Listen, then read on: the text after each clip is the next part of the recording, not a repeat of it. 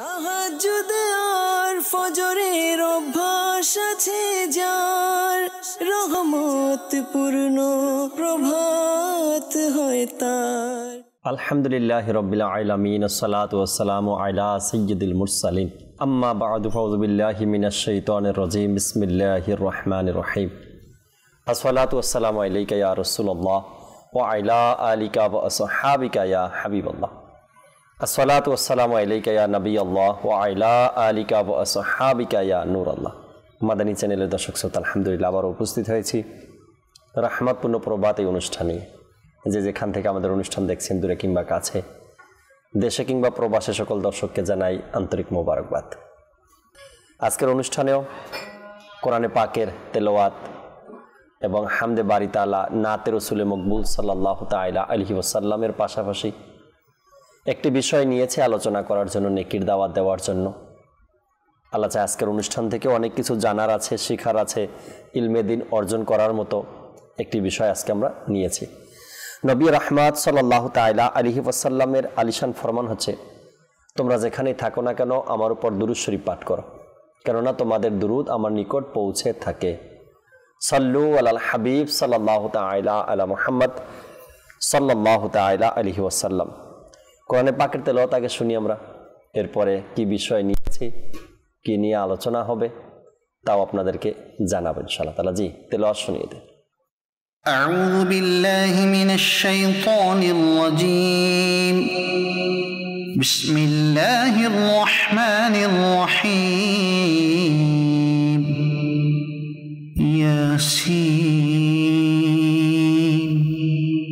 والقرآن الحكيم إنك لمن المرسلين على صراط مستقيم تنزيل العزيز الرحيم لتنذر قوما ما أنذر آباؤهم فهم غافلون. صدق الله العظيم. সুবহানাল্লাহ, সুবহানাল্লাহ। অনেকেরই অভ্যাস আছে আলহামদুলিল্লাহ রাব্বুল আলামিন প্রতিদিন ফজরের নামাজের পরে, আবার ফজরের পরে অনেকেই পারে না। অনেকের দেখা যায় সকাল 8টায় যদি অফিস থাকে বা দোকানে যেতে হয়, বা 7টায়ও অনেক সময় ঘর থেকে বের হতে হয় অনেকের, যদি কেউ ঢাকায় চাকরি করে আর বাড়ি মুন্সিগঞ্জে হয়, প্রতিদিন আসা যাওয়া করে, তবে তো ফজরের পরে আর সময়ই পাওয়া যায় না, তার জন্য তাড়াতাড়ি করে বের হতে হয়, অফিস ধরতে হয়। ঢাকার রাস্তার অবস্থা সবার জানা আছে। আবার এই সকল লোকেরা দেখা গেছে এশারের নামাজের পরে বা মাগরিবের নামাজের পরে, যেহেতু আগে অফিসে চলে আসে, ছুটিটাও এভাবে হয় 4টায় 5টায়, তো মাগরিবের নামাজের পরে প্রতিদিনের অভ্যাস কোরআনে পাকের তেলাওয়াত করা। আবার আফসোসেরও বিষয় আছে, এমনও মানুষ আছে প্রতিদিন 4 ঘন্টা 5 ঘন্টা ফ্রি থাকে। এত সময় ফ্রি থাকার পরেও বছর ঘুরে সে রমজানে গিয়ে আবার কোরআনে পাকের তেলাওয়াতের কথা মনে পড়ে, এমনও আছে। আবার যে যতটুকু শয়তানের সাথে যুদ্ধ করে ইবাদতের দিকে ধাবিত হতে পারে, সেই ইবাদত করছে। ব্যস্ততার মাঝেও মানুষ 5 ওয়াক্ত নামাজ পড়ে, কোরআনে পাকের তেলাওয়াত করছে, নফল ইবাদত করছে। আবার সময় থাকা সত্ত্বেও এই সকল মহান কাজ থেকে মানুষ অনেকটাই দূরে। এরকমেরই চলছে। আপনি আপনার পাশে আপনি আছেন এবং আপনার পাশে একজন মানুষ আছে, দুইজনের সাথেই আপনি একটু দেখেন ব্যবধান কতটাই রয়েছে। একই সাথে বসেন, একই সাথে কাজ করেন, অথবা একই ঘরে থাকেন, এর মধ্যে দুইজনের ধরন 2 রকমের। একজন খুব ব্যস্ত, তারপরও চেষ্টা করে আল্লাহ তাআলার একটু ইবাদত করার জন্য। আবার আরেকজন বাস মনে চায় সপ্তাহের মধ্যে একদিন ইউনিভার্সিটিতে যায়, আর পুরো সপ্তাহ যায় না, একদম ফ্রি, বেকার, কিন্তু ইবাদতের দিকে মন মানসিকতা নেই, সারাদিন মোবাইল, সোশ্যাল মিডিয়া, এভাবে চলছে। তো আল্লাহ তাবারক ওয়া তাআলার দরবার থেকে ইবাদত করার তৌফিক চেয়ে নিতে হয়। আল্লাহ তুমি আমাকে ইবাদত করার তৌফিক দাও, আল্লাহ তোমার বন্দেগী করার মতো সুযোগ আমাকে করে দাও। আল্লাহ যদি দয়া করেন তো অবশ্যই বান্দা এমন মহান কাজ অর্থাৎ ইবাদত রিয়াজতের মধ্যে অংশ নিতে পারে বা করতে পারে ইবাদত। আজকের বিষয়ও চমৎকার নিয়েছি, এর বিপরীত যে কথাগুলো এখন বললাম, যে আল্লাহ তাবারক ওয়া তাআলার হুকুম আহকামগুলো পালন করা, ওই বান্দার জন্য রয়েছে দুনিয়াতেও শান্তি আর আখিরাতেও শান্তি। আর যে আল্লাহ তাবারক ওয়া তাআলার হুকুমগুলো পালন করবে না, সে অবাধ্য। যে হুকুমগুলো মানবে না, পালন করবে না, সে হলো অবাধ্য। আর এই অবাধ্যতা করা, অবাধ্য হওয়া, নাফরমানি করা, এরও একটা আযাব, শাস্তি দিক নিয়ে কোরআনে পাকের মধ্যে চমৎকার কিছু কথা আয়াতে মোবারকা ইরশাদ হয়েছে। আর আজকের বিষয় নিয়েছি বনি ইসরাইলের ধ্বংসের কারণ। আলোচনা শুনলে বুঝতে পারবেন যে এদের ধ্বংসের কারণটা কি ছিল, কোন কোন কারণে কোন নবী আলাইহিসসালাতু ওয়াসসালামের উম্মতরা ধ্বংস হয়েছে, কোন গোত্র কেন ধ্বংস হয়েছে। আর যদি শুরুতে কিছু কথা বলি আপনাদেরকে, বাংলাদেশের কিছু সিস্টেমের কথা, হয়তো মোতালিব ভাইদেরও জানা থাকবে। এগুলো অঞ্চল হিসেবে, জেলা হিসেবে কিছু কাজের অভ্যাস থাকে মানুষের মধ্যে। এখন হয়তো আমরা বলি আখিরি নবীর জমানায়, হুজুর সাল্লাল্লাহু আলাইহি সাল্লামের এই জমানাতে পুরো পৃথিবী হুজুর সাল্লাল্লাহু আলাইহি সাল্লামকে নবী মেনে নিয়েছেন। এর পূর্বের জমানাতে, বনি ইসরাইলের জমানাতে গোত্র হিসেবে নবী নাজিল হতো, নবী আসতো, আল্লাহ তাআলা প্রেরণ করতেন। যেহেতু এখন পুরো পৃথিবীতে হুজুর সাল্লাল্লাহু আলাইহি সাল্লামেরই নবুয়াতের ঘোষণা, নবুয়াত সময়কাল, অর্থাৎ হুজুর সাল্লাল্লাহু আলাইহি সাল্লামেরই জমানা। আমার নবী তো দুনিয়া থেকে জাহিরি পর্দা করেছেন, কিয়ামত পর্যন্ত আর কোনো নবী আসবে না, যত মানুষ আসবে পৃথিবীতে সবাই আমার নবীর উম্মত। বাংলাদেশের কালচার অনুযায়ী এক এক জেলাতে, এক এক বিভাগের মানুষের ভিন্ন ভিন্ন অভ্যাস। যদি কোনো এলাকাতে একবার নেশার অভ্যাসটা ঢুকে যায়, তো ওই সমাজটা, ওই এলাকাটা এই নেশার কারণে ধ্বংস হয়ে যায়। এভাবে করে এক একটা প্রবলেমের কারণে, সমস্যার কারণে এক একটা অঞ্চল বেঁধে এরকমের ঝামেলাগুলো হয়। এর আগেও সম্ভবত একবার আমি এই কথাগুলো বলছিলাম যে ধূমপান যেটা মানুষ খায় বা পান করে, যে করে এটা সে জানে, খায় বা পান করে। এই ধূমপান সব জায়গাতে যে একরকমেরই এটা না, কিন্তু জেলা ভিত্তিক, অঞ্চল ভিত্তিক এই কাজগুলো হয়। যে এলাকার মধ্যে দেখবেন কিছু এলাকা বাংলাদেশের এমন আমি দেখেছি 15 বছর বয়সের আগে থেকেই শুরু করে দেয়, বয়স মাত্র 15 বছর, এখনো হয়ও নি, এই বয়স থেকেই শুরু করে দেয়। আচ্ছা, এই এলাকার বড় ছোট এমনকি মহিলারা পর্যন্ত এই ধূমপানে অভ্যস্ত আছে। এটা কেন হয়েছে? ওই অঞ্চল, ওই এলাকা, ওই জেলার মধ্যে এটার একটা চালু হয়ে গেছে, এখন এটার মধ্যে সব আসক্ত হয়ে গেছে।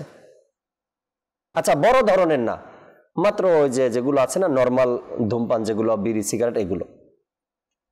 এটা কেন হলো? এই অঞ্চলের কারণে, এই এলাকার মানুষের কারণে, বা এই এলাকার মধ্যে এটা নর্মাল বিষয় নিয়ে নিয়েছে এরা, এত বেশি খারাপ কিছু মনে করে না এরা, এই কারণে। এই রকমের কিছু আছে যে বনি ইসরাইলের জমানার মানুষ এক এক গোত্র এক একটা কারণে ধ্বংস হয়েছে। বনি ইসরাইলের ধ্বংসের কারণগুলো যদি জানতে পারি, হয়তো বা আমি নিজেকে, আমরা আমাদেরকে এই ধ্বংসের কারণ থেকে, ধ্বংস থেকে আমরা বাঁচাতে পারবো। আশা রাখি দর্শক সাথেই থাকবেন, অনেক কিছু জানার আছে, আজকের অনুষ্ঠান থেকে অনেক কিছু শেখার আছে ইনশাআল্লাহ তাবারাক ওয়া তাআলা। আলোচনায় যাওয়ার পূর্বে চলুন আমরা একটি হামদে বারি তাআলা শ্রবণ করি। এরপরে কামরুজ্জামান ভাই আমাদের সাথে আছেন, মোত্তালিব ভাই অনেক দিন পরে আমাদের সাথে আজকের অনুষ্ঠানে অংশ নিয়েছেন, তার থেকেও আজকে অনুষ্ঠানের আলোচনা শুনবেন ইনশাআল্লাহ তাআলা। জি, হামদে বারি তাআলা শুনিয়ে দিন। হে খালিক মালিক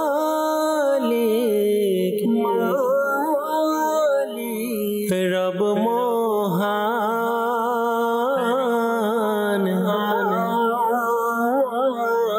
সুবহানাল্লাহ সুবহানাল্লাহ সুবহানাল্লাহ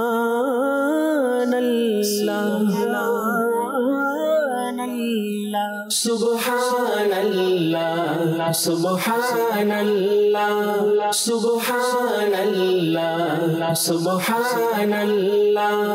হে খালিক মালিক রব মহান,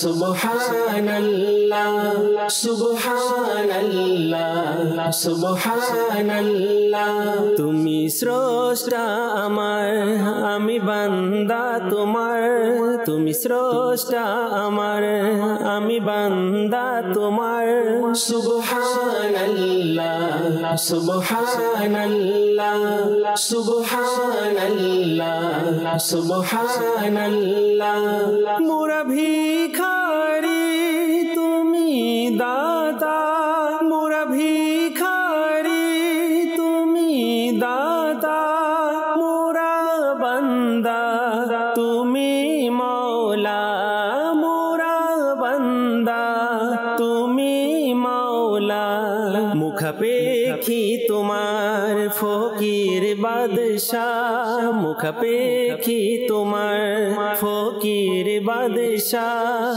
সুবহানাল্লাহ সুবহানাল্লাহ সুবহানাল্লাহ সুবহানাল্লাহ মোরা পাপ করি তুমি মাফ করো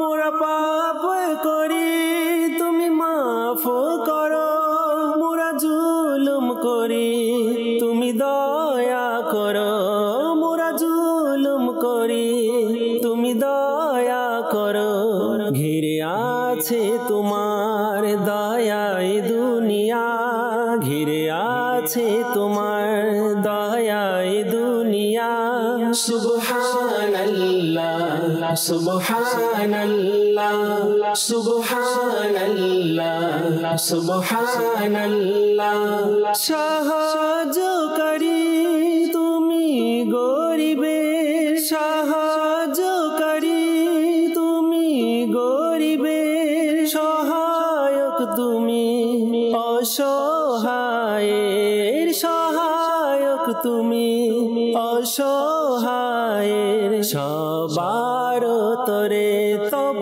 দ্বার খোলা সবার তরে তব দ্বার খোলা সুবহানাল্লাহ সুবহানাল্লাহ সুবহানাল্লাহ সুবহানাল্লাহ এ সালিক অপরাধী আজি এ সালিক অপরাধী আজি শূন্য ঝুলি সাথে নিয়ে হাজির শূন্য ঝুলি সাথে নিয়ে হাজির কর দান দক্ষিণা নবীর উসিলায় কর দান দক্ষিণা নবীর উসিলায় সুবহানাল্লাহ সুবহানাল্লাহ সুবহানাল্লাহ সুবহানাল্লাহ হে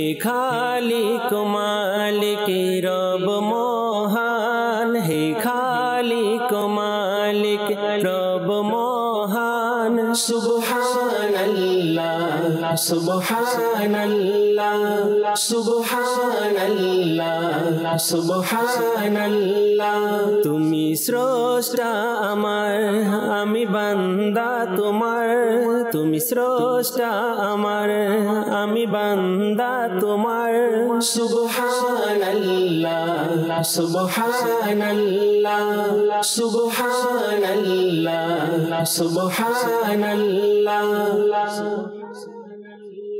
সুবহানাল্লাহ সুবহানাল্লাহ আল্লাহ তাবারক ওয়া তাআলার প্রশংসা হামদে বারি তাআলা আমাদের জুনায়েদ ভাই চমৎকার একটি কালাম হামদে বারি তাআলা তিনি পড়েছেন আমাদেরকে শোনালেন আল্লাহ তাবারক ওয়া তাআলা এভাবে করে আল্লাহ তাআলার প্রশংসা হামদে বারি তাআলা পাঠ করে নিজেকে সবসময় যেন ব্যস্ত রাখতে পারি আল্লাহ তাআলা সে তৌফিক আমাদেরকে দান করুক মুত্তালিব ভাই কেমন আছেন আলহামদুলিল্লাহ আলা কুল্লি হাল মাশাআল্লাহ অনেকদিন পরে আপনাকে সেটে পেলাম আমরা উপস্থিত আছেন আজকে আমাদের সাথে আজকের বিষয় তো শুনেইছেন আপনি বললাম দর্শককে বনি ইসরাইলের ধ্বংসের কারণ বনি ইসরাইল এটা একটা উপাধি ইসরাইল বলা হয় ইসরাইলি বলা হয় আর তার সন্তানদেরকে বলা হয়েছে বনি হ্যাঁ বনি ইসরাইল এরপরে তার সন্তান যারা এরা বনি তো এর ধারাবাহিকতা আস্তে আস্তে নবী করিম সাল্লাল্লাহু আলাইহি সাল্লাম পৃথিবীতে আগমনের পূর্ব পর্যন্ত আর এর যে ধারাবাহিকতা, বনির যে ধারাবাহিকতা, এর মধ্যে এক একজন নবী আলাইহিস সালাতু ওয়াস সালামের কওমকে, গোত্রকে কোরআনে পাকের মধ্যে ভিন্ন ভিন্ন ভিন্ন ভিন্নভাবে তাদের ধ্বংসের কারণগুলো আল্লাহ তাআলা কোরআনে পাকের মধ্যে বয়ান করেছেন। আবার এমনও হয়েছে একজন নবীর উম্মতকেই বিভিন্নভাবে আযাব দেওয়া হয়েছে বা তারা বিভিন্ন গুনাহের কারণে শাস্তি ভোগ করছে। এক গোত্রের ব্যাপারে আসছে, তারা তওবা করত, আবার সে তওবা লঙ্ঘন করে বা ভুলে গিয়ে নাফরমানিতে আবার লিপ্ত হয়ে যেত। আল্লাহ তাবারক ওয়া তাআলা তাদের গায়ে পোকা, এক জাতীয় পোকা দিয়ে দিলেন। এমন কষ্ট তারা পেল, আবার তারা নবীর কাছে গেল, গিয়ে তারা তওবা করলো, আবার আল্লাহর ওই নবী দোয়া করলেন, দোয়ার পরে তাদের শরীর থেকে পোকামাকড় সব চলে গেল, আবার ধীরে ধীরে তারা গুনাহের মধ্যে লিপ্ত হয়ে গেল। এরপর যখন তারা ফসল ফলালো, ফসল চাষ করলো, তার মধ্যে আবার আল্লাহ তাআলা গজব। এভাবে করে একজন নবীর কওমকে, উম্মতকে বিভিন্নভাবেও আযাব দেওয়া হয়েছে। তো কিছু মাদানী ফুল যদি দর্শকের উদ্দেশ্যে শুরু করতেন। আমরা জানি কোরআনে পাকের মধ্যে সূরা বাকারা হচ্ছে সবচেয়ে বড় সূরা, আর এই সূরা বাকারার প্রথম যে আয়াতগুলো সেগুলো হচ্ছে মুমিনের শানে, মুমিনের বৈশিষ্ট্য। পরবর্তীতে মুনাফিকদের আলোচনা হয়েছে। এর পরবর্তীতে যে সূরা বাকারার 40 নম্বর আয়াত থেকে 150 নম্বর আয়াত পর্যন্ত এখানে আল্লাহ তাআলা বারবার বনি ইসরাইলদের কথাগুলো উল্লেখ করেছেন। আচ্ছা, বনি ইসরাইলদেরকে আল্লাহ তাআলা কি কি নিয়ামত দান করেছিল, আর তারা সেই নিয়ামতের নাশুকরি কিভাবে তারা সেই নিয়ামতগুলোকে অবজ্ঞা করেছে, এই বিষয়গুলো আল্লাহ তাআলা বারবার আমাদেরকে বুঝিয়েছেন, যেন আমরা তাদের সাথে আমাদের নিজেদেরকে কম্পেয়ার করি যে তারা কেন, কিভাবে ধ্বংস হলো, তাদের কি অন্যায় ছিল, তাদের কি নিয়ামত ছিল, আর আমরা কি পেয়েছি আর আমরা কি করছি। আল্লাহ তাআলা যে আয়াতের মাধ্যমে বনি ইসরাইলের ঘটনা শুরু করেন, বনি ইসরাইলের আলোচনা শুরু করেন, তো এইভাবে আল্লাহ তাআলা বলেন, ইয়া বনি ইসরাঈল আযকুরু নি'মাতি আল্লাতী আন'আমতু আলাইকুম ওয়া আউফু বিআহদি উফি বিআহদিকুম ওয়া ইয়্যায়া ফারহাবুন। তো এখানে শুরুতে আল্লাহ তাআলা বনি ইসরাইল বলে সম্বোধন করে ডাক দিয়েছেন। আমরা যদি বনি ইসরাইল শব্দটার দিকে তাকাই, তো এখানে দেখব প্রথমে ইসরাইল বিষয়টা যদি দেখি, ইসরা শব্দের অর্থ হচ্ছে আব্দ, ইল শব্দের অর্থ হচ্ছে আল্লাহ, আল্লাহকে মিন করে। তো এটার আরবি হচ্ছে আব্দুল্লাহ, আর বাংলায় আমরা বলি আল্লাহর বান্দা, আল্লাহর বান্দা। তা ইসরাইল, এখানে ইসরা হচ্ছে বান্দা, ইল হচ্ছে আল্লাহ তাআলা, আল্লাহর বান্দা, আর বানি হচ্ছে তার সন্তানাদি, অর্থাৎ আল্লাহর বান্দার সন্তানাদি। এখানে ইসরাইলটা ইয়াকুব আলাইহিস সালাতু ওয়াস সালামের উপাধি ছিল, আর বনি এখানে সম্বোধন করা হয়েছে তার সন্তানদেরকে।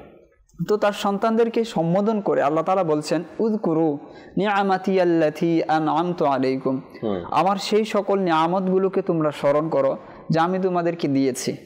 আল্লাহ। ওয়া আউফু বিআহদি উফি বিআহদিকুম, আর তোমরা আমার সাথে যে ওয়াদা করেছো সেই ওয়াদা রক্ষা করো, আমি তোমাদের সাথে যে প্রতিশ্রুতি করেছি সেটাও আমি রক্ষা করব। সুবহানাল্লাহ। তো এই যে ওয়াদাটা, মুফাসসিরে কেরামগণ বলেন যে তারা যে আল্লাহ তাআলার সাথে প্রতিশ্রুতি করেছিল, সেই প্রতিশ্রুতিটা আসলে কি? সেই প্রতিশ্রুতিটা সূরা মায়েদার মধ্যে এসেছে। আচ্ছা, যে আল্লাহ তাআলা সেখানে তাদের থেকে প্রতিশ্রুতি নিয়েছিল, ওয়াইদ আখাযনা মিসাকা বনি ইসরাঈলা ওয়া বা'আথনা মিনহুম 12 নাকীবা ওয়া ক্বালা আল্লাহু ইন্নী মাআকুম। এখানে আল্লাহ তাআলা তাদেরকে বলছেন যে এই বিষয়গুলো তোমরা পাবা। যে যখন আল্লাহ তাআলা প্রতিশ্রুতি নিলেন, তো প্রথমে বললেন যে আমি তোমাদের মধ্যে 12 জন সর্দার দেব, 12টি গোত্র হবে তোমাদের মধ্যে, তার মধ্যে 12 জন সর্দার থাকবে, আর বললেন যে ইন্নী মাআকুম, আমি তোমাদের সাথে থাকব। এখন আল্লাহ তাআলা তোমাদের সাথে থাকবে, এর শর্তগুলো কি ছিল? যে প্রতিশ্রুতির একটা শর্ত ছিল, সেই শর্তগুলো কি ছিল? সেখানে বলছেন, লাইন আকামতুমুস সালাতা ওয়া আতাইতুমুজ যাকাতা ওয়া আমানতুম বিরুসুলি ওয়া আযযারতুমুহুম ওয়া আকরাতুমুল্লাহ কারদান হাসানা। এইগুলো হচ্ছে শর্ত, যে নামাজ পড়া, যে যাকাত প্রদান করা, এবং আল্লাহ তাআলার যে রাসূলগণ রয়েছেন তাদের প্রতি ঈমান আনা। শুধু ঈমান আনবা এরকম এর মধ্যে সীমাবদ্ধ নয়, ওয়া আযযারতুমুহুম, তাদেরকে সম্মান করতে হবে, যথাযথ যে নবীদের রাসূলদের যে সম্মান রয়েছে সেই সম্মানটুকু দেখাতে হবে, করতে হবে, মন থেকে করতে হবে। ওয়া আকরাতুমুল্লাহা কারদান হাসানা, এবং আল্লাহ তাআলাকে উত্তম কর্জ দিতে হবে। উত্তম কর্জ নেক আমল, সেগুলো। এর পরবর্তীতে আল্লাহ তাআলা যে এই প্রতিশ্রুতি, এই শর্তগুলো যদি তোমরা পালন করো, তাহলে আল্লাহ তাআলা কি করবেন? লা উকাফিরান্না আনকুম সাইয়্যাতিকুম ওয়া লা উদখিলান্নাকুম জান্নাতিন তাজরি মিন তাহতিহাল আনহার, যে এই যে প্রতিশ্রুতি, নামাজ পড়া, যাকাত প্রদান করা, আল্লাহ তাআলার রাসূলগণের প্রতি ঈমান আনা, তাদেরকে সম্মান করা এবং আল্লাহ তাআলাকে উত্তম কর্জ দেওয়া, এই বিষয়গুলো যদি কেউ পালন করে, আল্লাহ তাআলা তার গুনাহগুলো মুছে দিবেন, তাকে মাফ করে দিবেন। শুধু তাই নয়, তাকে জান্নাতে দাখিল করাবেন। আর সেই জান্নাতের বৈশিষ্ট্য আল্লাহ তাআলা বলে দিয়েছেন যে সেই জান্নাতের নিচ দিয়ে নদী প্রবাহমান হবে। তো এখানে আল্লাহ তাআলা বনি ইসরাইলদের সাথে যে প্রতিশ্রুতি নিয়েছিলেন যে তোমরা এই কাজগুলো করো, বিনিময়ে আমি তোমাদেরকে করব। তো এই বিষয়টা এখানে বলা হয়েছে ওয়াউফু বিআহদি উফি বিআহদিকুম, যে তোমরা যে আমার সাথে প্রতিশ্রুতি করেছো, নামাজ পড়বে, রোজা রাখবে, রাসূলগণের প্রতি ঈমান আনবে, তাদেরকে যথাযথ সম্মান করবে, উত্তম কাজ করবে, সেই প্রতিশ্রুতিতে তোমরা আগে বাস্তবায়ন করো। হ্যাঁ, উফি বিআহদিকুম, যে আমি যে প্রতিশ্রুতি তোমাদেরকে দিয়েছি, তো তোমাদের গুনাহগুলো আমি মুছে দিব, সেই প্রতিশ্রুতি আমি করব, তোমাদের গুনাহগুলো মুছে দিয়ে আমি তোমাদেরকে জান্নাতে প্রবেশ করাবো। সুবহানাল্লাহ। তো এইখানে হচ্ছে এই বিষয়টা। কিন্তু পরবর্তীতে তো আল্লাহ তাআলা আরো ডিটেইল বলেছেন যে তাদেরকে আমি এই নিয়ামতগুলো দিয়েছি, আসবে সামনে। পরবর্তীতে আল্লাহ তাআলা বলছেন যে ওয়া আমানতুম, তো যে কোরআন আল্লাহ তাআলা নাজিল করেছেন, সেই কোরআনের প্রতি ঈমান আনো। কোরআনকে তারা বিভিন্নভাবে অবজ্ঞা করতে লাগলো। কোরআন ওই নবী রাসূলদের উপরে যে কিতাব নাজিল হতো, যে কিতাব, আমাদের যে কিতাব কোরআন এসেছে, সেই কোরআন তারা মানতে চাচ্ছিল না। তো বলেন এই কোরআনের প্রতি তোমরা ঈমান নিয়ে আসো। এই কোরআন এমন একটা কোরআন, তোমরা যে তাওরাত আঁকড়ে ধরে বসে আছো, ইনজিল ধরে বসে আছো, এটা তো এই কোরআন তো সেগুলোকে অস্বীকার করে না, বরং সেটাকে সত্যায়ন করে। হ্যাঁ, তোমরা যে তাওরাতের উপর বিশ্বাস করেছো, সে সত্যি এটা আল্লাহ তাআলার কিতাব ছিল, এটা মুসা আলাইহিস সালামের উপর নাজিল হয়েছিল, এটাকে সে সত্যায়ন করে। ইনজিল যে ছিল, ঈসা আলাইহিস সালামের উপর নাজিল হয়েছিল, এটা সত্যি আল্লাহ তাআলার গ্রন্থ ছিল। তোমরা যে তাওরাত ইনজিল নিয়েছো, এটা অসত্য নয়, এবং কোরআন সেটাকে সত্যায়ন করে। সুতরাং কোরআনকেও তোমরা মেনে নাও। ওয়ালা তাকুনু আউওয়ালা কাফিরিন বি, এবং কোরআনের উপর অস্বীকারীর মধ্যে তোমরা প্রথম কুফর করেও না, অর্থাৎ সর্বপ্রথম কুফরকারীদের মধ্যে তোমরা অন্তর্ভুক্ত হও না। এখানে একটা শিক্ষণীয় বিষয় হচ্ছে যে সর্বপ্রথম কোনো বিষয়কে অস্বীকার করা। সত্য যখন আমাদের সামনে চলে আসে, যে সত্য আসার পর কখনো গুরামি না করা, আপনাকে সমাজে সবাই সম্মান করে, শ্রদ্ধা করে, আপনার কথার কে মানুষ দাম দেয়। তো অনুরূপভাবে যখন আপনার কাছে সত্য কথা আসে, ইসলামের বাণীগুলো আসে, আল্লাহ তাআলার দিকে দাওয়াত করা হয়, আহ্বান করা হয়, মানুষ আপনার দিকে তাকিয়ে থাকে যে আপনি কি বলেন। তো আপনাকে আল্লাহ তাআলা একটা বিবেক দিয়েছে, বুদ্ধি দিয়েছে, সমাজে আপনার একটা সম্মান দিয়েছে।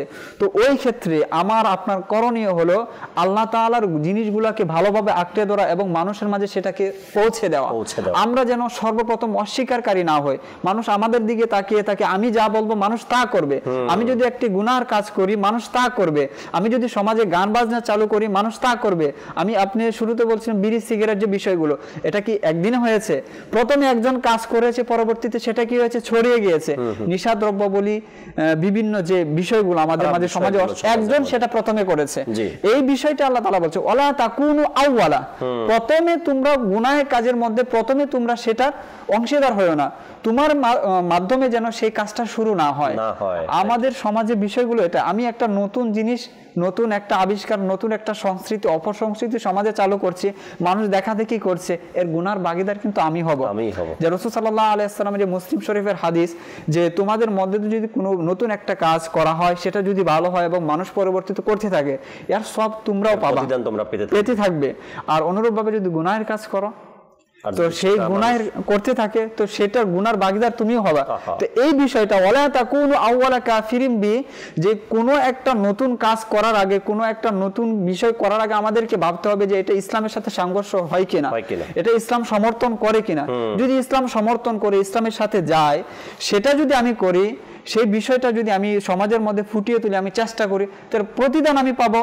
আর ইসলামের সাথে সাংঘর্ষিক, ইসলাম সমর্থন করে না, বেপরদা, অশ্লীলতা, বিভিন্ন কাজে আমরা যে সহায়তা করছি, সেটা যে সমাজে পরবর্তীতে আমাদের পূর্ববর্তী যুগ আসবে, ছেলে সন্তানরা করবে, তারা যে কন্টিনিউ করতে থাকবে, সেই বিষয়টার প্রতি আমাদেরকে লক্ষ্য রাখতে হবে। কেননা আমার কথা সমাজে 10 জন শুনে, কেননা আমাকে আল্লাহ তাআলা একটা স্থান দিয়েছে, আমার একটা লেভেল আছে।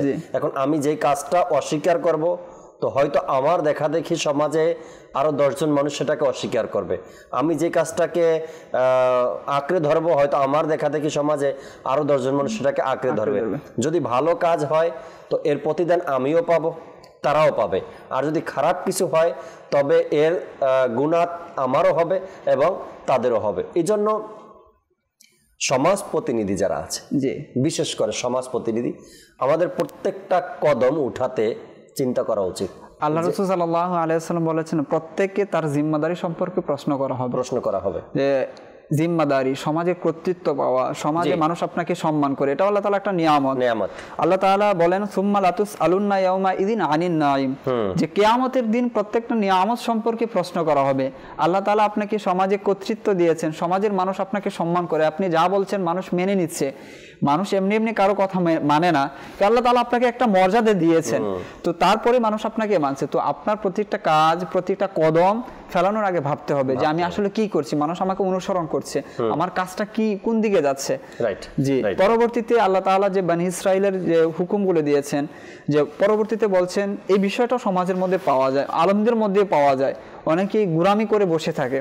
আল্লাহ তাআলা বলছেন, ওয়ালা তালবিসুল হাক্কা বিল বাতিলি ওয়া তাকতুমুল হাক্কা ওয়া আনতুম তা'লামুন, যে তোমরা কখনো সত্যকে মিথ্যার সাথে মিলিও না, হককে বাতিলের সাথে মিলিও না, এবং হককে কখনো লুকিও না। বনি ইসরাইলদের মাঝে এই বিষয়টা ছিল যে রাসূল সাল্লাল্লাহু আলাইহি ওয়াসাল্লাম যখন আসলেন, কিতাব নিয়ে আসলেন এবং নবুয়াতের যে বিষয়গুলো প্রকাশ পেতে থাকলো, তো তারা কি করলো, সেই বিষয়গুলো তাওরাতের মাঝে যে বিষয়গুলো বর্ণিত হয়েছিল যে নবীর এরকম এরকম আকৃতি হবে, নবীর বৈশিষ্ট্য এরকম থাকবে, প্রত্যেকটা বিষয় রাসূল সাল্লাল্লাহু আলাইহি ওয়াসাল্লামের মধ্যে ছিল।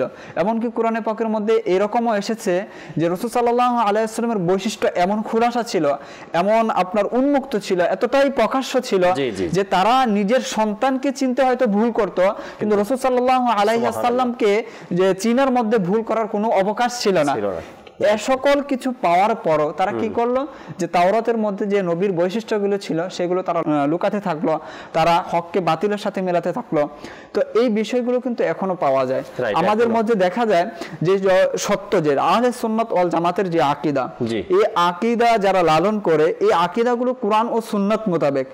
তো সেই কোরআন ও সুন্নাত মোতাবেক যে হক বিষয়টা রয়েছে সেটাকে অনেকে লুকাতে চায়। একটা বয়ান শুনে, একজনের একটা বিষয় শুনে খুবই আশ্চর্য হলাম, যে সে ওলি শব্দের অর্থ সব জায়গায়, সে যে শয়তানদের ক্ষেত্রে যে ওলি শব্দটা ব্যবহার হয়েছে, সকলের ক্ষেত্রে সেই ওলিটাকেই ব্যবহার করা হয়েছে। তো দুটোটা ওলি কি এক? অর্থ কি এক নাকি? অর্থ আল্লাহ তাআলার ক্ষেত্রে ওলি সেটা কোন ক্ষেত্রে, এবং শয়তানের ক্ষেত্রে যে ওলি বিষয়টা সেটা কোন ক্ষেত্রে হবে? অথচ আলিম যদি হয়, জি এতটুকু তো বোঝা উচিত বা জানা উচিত যে কোন জায়গাতে আমি কোন শব্দটা ব্যবহার করব। বুঝে নিতে হবে এমন ধরনের মানুষ বা আলিম পরিচয় দেয় এমন ধরনের মানুষের কথা শোনা যাবে না, কমপক্ষে সাধারণ মানুষের জন্য। কেননা আমাদের কাছে এতটাও ইলম নেই যে আমি এটাকে পার্থক্য করব। এই জন্য এমন ধরনের মানুষের কথা বয়ান না শোনাই আমাদের উচিত, আর এদের থেকে দূরে থাকাও উচিত। কামরুজ্জামান ভাই আমাদের সাথে আছেন, বনি ইসরাইলের ধ্বংসের কারণ নিয়ে কিছু কথা আমরা তার থেকে শুনি। মাশাআল্লাহ, আমাদের আব্দুল মুতালিব ভাই কোরআনের পাকের একটি আয়াতের মাধ্যমে বনি ইসরাইলের কিছু ধরন, তাদের রূপ আলহামদুলিল্লাহ উপস্থাপন করেছে, শুকরিয়া। তো যাই হোক, বনি ইসরাইল ধ্বংস হয়েছে, বনি ইসরাইলের অবাধ্যতা, বনি ইসরাইলের পরিণতি আল্লাহ পাক কোরআনের মধ্যে ইরশাদ করেছেন। আল্লাহ সুবহানাহু ওয়া তাআলা কোরআনে কারীমের মধ্যে অসংখ্য জায়গায় বনি ইসরাইলের নাম ধরে ইরশাদ করেছেন, ইয়া বনি ইসরাইল। এভাবে একাধিক আয়াতে কারিমা কোরআনে পাকের মধ্যে বনি ইসরাইল সম্পর্কে ইরশাদ করেছেন। বনি ইসরাইল সম্পর্কে যতগুলো আয়াতে কারিম আল্লাহ পাক ইরশাদ করেছেন, কোনো উম্মতের ব্যাপারে এতগুলো আয়াতে ইরশাদ করেননি, তথা কোনো খাস করে নির্দিষ্টভাবে কোনো উম্মতের আলোচনাভাবে আল্লাহ পাক কোরআনের মধ্যে করেনি। তার মানে বনি ইসরাইল একটি ব্যাপক গোষ্ঠী, ব্যাপক একটি গোত্র, যা যেখানে বিভিন্ন আম্বিয়ে কেরাম আগমন করেছেন, বিভিন্ন আউলিয়ে কেরামের পদার্পণ ঘটেছে। তো যাই হোক, আল্লাহ সুবহানাহু ওয়া তাআলা কোরআনে পাক ইরশাদ করেন, ইয়া আইয়ুহাল্লাযীনা আমানুত্তাকুল্লাহা হাক্কা তুকাতিহি ওয়া লা তামুতুন্না ইল্লা ওয়া আনতুম মুসলিমুন। ইয়া আইয়ুহাল্লাযীনা আমানুত্তাকুল্লাহ, তোমরা আল্লাহ পাককে ভয় করো। এই তাকওয়া, এক কথায় তাকওয়ার মধ্যে সবকিছু বিদ্যমান। আল্লাহ পাক বনি ইসরাইলকে বলেছেন, তোমরা আল্লাহ পাককে ভয় করো, তোমরা আমাকে ভয় করো, আমার অবাধ্য হয়েও না, আমার অবাধ্যে চলাফেরা করো না। বাস এখানে সর্বকিছু নিহিত আছে আল্লাহ পাকের অবাধ্য হওয়া। বনি ইসরাইল ধাপে ধাপে ধ্বংস হয়েছে, আযাবে গ্রেফতার হয়েছে, এর সবচেয়ে বড় কারণ হচ্ছে তারা অবাধ্য হয়েছে। কখনো মুসা নবীর অবাধ্য হয়েছে, কখনো তারা বিভিন্ন আম্বিয়া কেরাম অবাধ্য হয়েছে, কখনো আল্লাহ পাকের হুকুমকে অবাধ্য হয়েছে, কখনো আল্লাহ পাক জিহাদের দাওয়াত দিয়েছে, তারা অবাধ্য হয়েছে। অর্থাৎ এক এক সময় এক এক ভাবে তারা আল্লাহ পাকের নাফরমানি করেছেন। ঠিক তদ্রুপভাবে আল্লাহ পাকের নাফরমানির মধ্যে একটি নাফরমানি ছিল যে আল্লাহ সুবহানাহু ওয়া তাআলা বনি ইসরাইলকে শনিবারে মাছ ধরতে নিষেধ করেছেন, যা আল্লাহ পাক কোরআনে পাকের মধ্যে বর্ণনা করেছেন।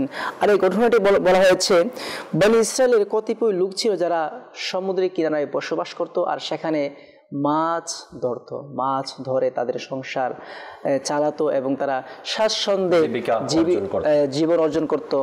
তো আল্লাহ সুবহানাহু ওয়া তাআলা তাদেরকে শনিবার মাছ ধরাকে হারাম করেছেন। তো যখন তাদেরকে হারাম করা হয়েছে, তারা সেটা জানতে চাচ্ছে যে কেন আমাদের প্রতি হারাম করা হয়েছে। আল্লাহ সুবহানাহু ওয়া তাআলা ইরশাদ করেন, লা ইউসালু আম্মা ইয়াফআলু ওয়া হুম ইউসআলুন। আল্লাহ সুবহানাহু ওয়া তাআলা ইরশাদ করেন, এবং তাকে প্রশ্ন করা যায় না, তিনি করেন, এবং তাকে তাদের সবাইকে প্রশ্ন করা হবে। তো আল্লাহ সুবহানাহু ওয়া তাআলার ব্যাপারে তারা প্রশ্ন করতে লাগলো, এভাবে তারা অবাধ্য হলো। আল্লাহ কেন আমাদেরকে শনিবার মাছ ধরা নিষেধ করলেন? এভাবে আল্লাহ পাক আল্লাহকে প্রশ্ন করে, আল্লাহকে প্রশ্ন করছে। তো আল্লাহ পাক, অর্থাৎ আল্লাহ তাআলা হুকুম নাজিল করেছেন। জি, এখন এটা হয় সাধারণ মানুষের ব্যাপারে, ভাই আপনি এই কাজটা কেন করলেন? এখন স্রষ্টার ব্যাপারে তারা প্রশ্ন তুলে ধরেছেন, আল্লাহ তাআলা কেন এটা নিষেধ করলেন? অবাধ্যর পরিণতি শুরুটা কিভাবে হয় দেখুন। অর্থাৎ তাদের নাফরমানির একটা দিকই এটা ছিল যে আল্লাহ কোন হুকুম নাজিল করলেন, সেটার উপরে তারা প্রশ্নবিদ্ধ করলো। যেভাবে আছে না আপনার বনি ইসরাইলের মধ্যে গরুর ব্যাপারে তারা অযথা প্রশ্ন করত যে গরুর রং কি হবে, লম্বাই কি হবে, কি খাবার খাবে, অর্থাৎ ইত্যাদি ইত্যাদি প্রশ্ন। তো অধিক প্রশ্ন করার কারণে তারা মুসিবতের মধ্যে পড়েছে। তো যাই হোক, প্রসঙ্গ হচ্ছে শনিবারে মাছ ধরা হারাম। তো আল্লাহ সুবহানাহু ওয়া তাআলার কাছে প্রশ্ন করা হলো যে কেন মাছ ধরা হারাম করা হয়েছে শনিবারে, আমরা তো মাছ ধরবো, এত সমস্যা কি? তো এটা আল্লাহ পাকের হিকমত, আল্লাহ পাক হারাম করেছেন, শনিবারে বান্দাকে পরীক্ষা করার জন্য মাছ ধরাকে হারাম করেছেন। তো তারা কিছুদিন যাবৎ মাছ ধরা থেকে বিরত রইল। তো তাদের মধ্যে কেউ পরামর্শ দিল, যেহেতু শনিবারে মাছ ধরা হারাম আর শনিবারে প্রচুর মাছের আগমন ঘটে আমাদের সমুদ্রের কিনারায়, তো তারা কি করলো, তারা বাঁধ দিল, নিজেদের লোভ আর আটকাতে পারলো না। তারা একটি জায়গায় খনন করে বাঁধ দিয়ে দিল। তো শনিবারে তারা মাছ ধরছে না, বরঞ্চ শনিবারে যে মাছগুলো আসছে ওই মাছগুলো বন্দি করে রাখছে, যাতে এখান থেকে আর বের হতে না পারে। তো যখন শনিবার চলে যায় তখন তারা মাছ ধরছে, তখন তাদেরকে এটাও নিষেধ করা হলো না, এটা তো আল্লাহ পাকের অবাধ্য, যেহেতু আল্লাহ পাক শনিবারে হারাম করেছেন, তোমরা এটাও করতে পারবে না। তো তারা মানতে রাজি হই, তারা লোভে পড়ে গেল, যেহেতু শনিবার মাছ বেশি আসে, এখন তারা এই অবাধ্যের মধ্যে থাকতে রইল। তো আল্লাহ সুবহানাহু ওয়া তাআলা তাদেরকে আযাব নাজিল করলেন, তাদের চেহারাকে বানর আকৃতিতে পরিণত করে দিলেন, তাদেরকে ধ্বংস করে দিলেন। এই ব্যাপারে আল্লাহ সুবহানাহু ওয়া তাআলা ইরশাদ করেন, নিশ্চয়ই তোমাদের জানা আছে তোমাদের মধ্যকার তারাই যারা শনিবার সীমা লঙ্ঘন করেছে, অতঃপর আমি তাদের উদ্দেশ্যে বললাম তোমরা বিকৃত বানর হয়ে যাও। তবে আল্লাহ সুবহানাহু ওয়া তাআলা ইরশাদ করেন, ফাজআলনাহা নাকালাল লিমা বাইনা ইয়াদাইহা ওয়া মা খালফাহা ওয়া মাউইযাতাল লিল মুত্তাকিন। আল্লাহ পাক ইরশাদ করেন, অতঃপর আমি ওই বস্তির এক ঘটনাকে এর পূর্ব ও পরবর্তীদের জন্য শিক্ষণীয় দৃষ্টান্ত করেছি এবং ক্ষুধা বিরোধের জন্য উপদেশ করেছি। দেখুন, এখানে যে ঘটনাটি বনি ইসরাইল শনিবার অবদ্ধ হয়েছে, আর এই অবাধ্যতাটা সকল উম্মতের জন্য দৃষ্টান্ত, শিক্ষা।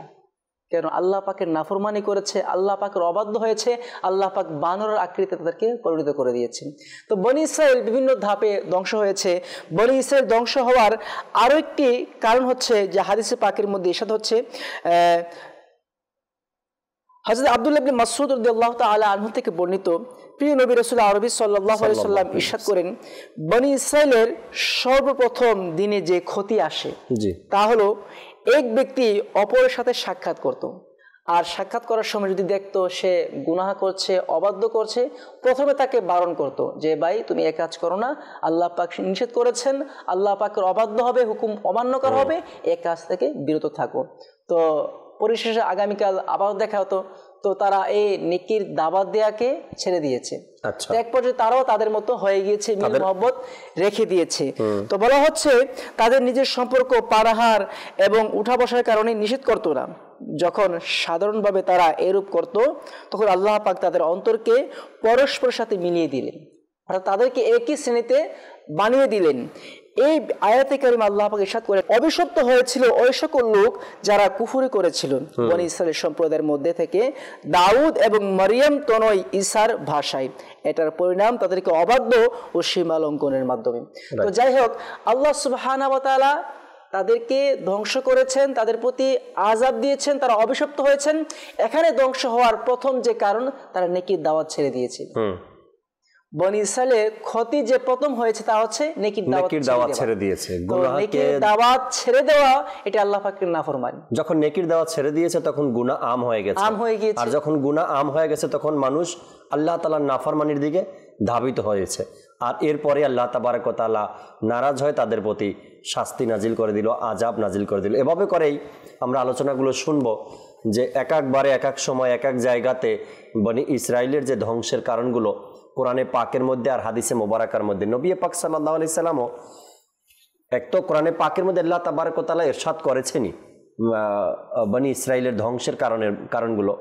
হুজুর সাল্লাল্লাহু আলাইহি সাল্লামও কিছু বিষয় সাহাবা একরামের সামনে তুলে ধরেছেন যে এই কাজগুলো করার কারণে বনী ইসরাইলের মধ্যে ধ্বংস এসেছে। আবার কোনো ব্যক্তিকে দেখতেন হুজুর সাল্লাল্লাহু আলাইহি সাল্লাম এমন কোনো কাজ করছে যে কাজের কারণে বনী ইসরাইলের মধ্যে ধ্বংস হয়েছে, তো সাথে সাথে হুজুর বলে দিতেন, তোমরা কি শুনুনি বনী ইসরাইলের জমানায়ও এই কাজটা প্রচলন ছিল, আর এটা হলো আল্লাহ তাআলার নাফরমানি, আর এর কারণেই তারা ধ্বংস হয়েছে। আবার হাদিসে পাকের মধ্যে এভাবেও আসছে, হুজুর সাল্লাল্লাহু আলাইহি সাল্লাম ইরশাদ করেছেন, আমার উম্মতের মধ্যে এই বিষয় নিয়ে আমি ভয় পাই, কেননা এই অভ্যাসগুলো বনী ইসরাইলের মধ্যে ছিল, যদি আমার উম্মতের মধ্যে এমন অভ্যাস চলে আসে না জানি তারা ধ্বংস হয়ে যায়। বিভিন্নভাবে হুজুর সাল্লাল্লাহু আলাইহি সাল্লামও বনী ইসরাইলের ধ্বংসের কারণগুলো সাহাবা একরামের সামনে বয়ান করেছেন। আমরা একটি নাতে রসুল শুনি, দর্শক অনেক সময় আলোচনাও শুনতেছেন, একটি নাতে রসুল শুনি আমরা, এরপর ইনশাআল্লাহ তাআলা দর্শক আপনাদের কলগুলো SMS-গুলো আমরা নেওয়ার চেষ্টা করবো, আরও আলোচনাও শুনবেন ইনশাআল্লাহ তাআলা। জি, আমাদেরকে নাতে রসুল শুনিয়ে দিন।